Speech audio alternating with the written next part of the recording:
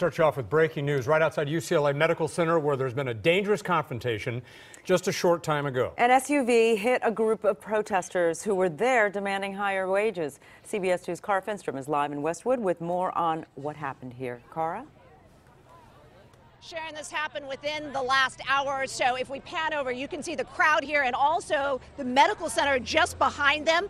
It appears that this vehicle was trying to make its way through a group of protesters when one of them ended up on the hood. We've got some video. Fortunately, that man appears to be fine. But what you're looking at here is the driver of that vehicle being taken into custody just minutes later by police. He was visibly upset and had to be given his inhaler.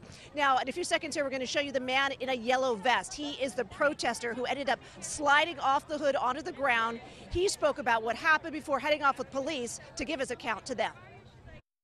The guy got aggravated, got out of his car, had a stick. He was like, everybody got to move, but hundreds of people are walking by, you can't just run somebody over, jump back into his car.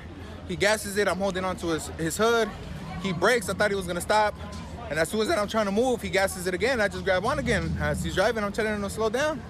Until he stopped right here and the police stopped him at gunpoint. He pulled a stick out and started swinging the stick, trying to hit people with it.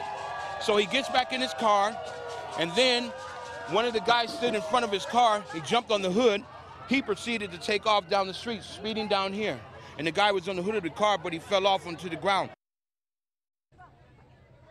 That was another witness we spoke with. A lot for UCLA police to sort through here. Everything calm right now. An organizer tells us a total of 4 protesters were involved in this somehow. We're waiting to hear more information about how the others are doing. But meanwhile, the protests here continuing.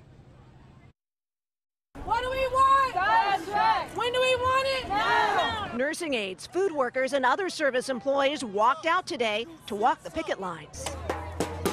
Monica Martinez is a single mother of 4 who's worked at the hospital for a decade. Her children are grown now, but Martinez says she still has to hold down 2 jobs. I don't survive on a salary from UCLA alone. AFC-SME, the union which represents UC's service and patient care workers, organized strikes at hospitals across the state when UC announced a contract with a 3% annual raise. The union wants 6%. They're also looking for a continued retirement age of 60 and for other changes after a union study found female and minority workers at a pay gap disadvantage.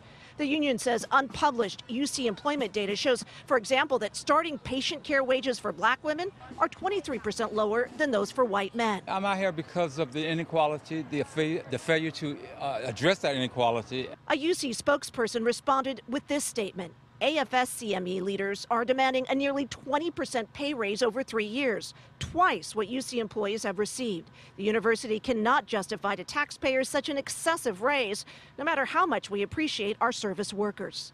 Martinez hopes it all ends up with better opportunities for longtime workers. We're quality employees, and so retention is a must.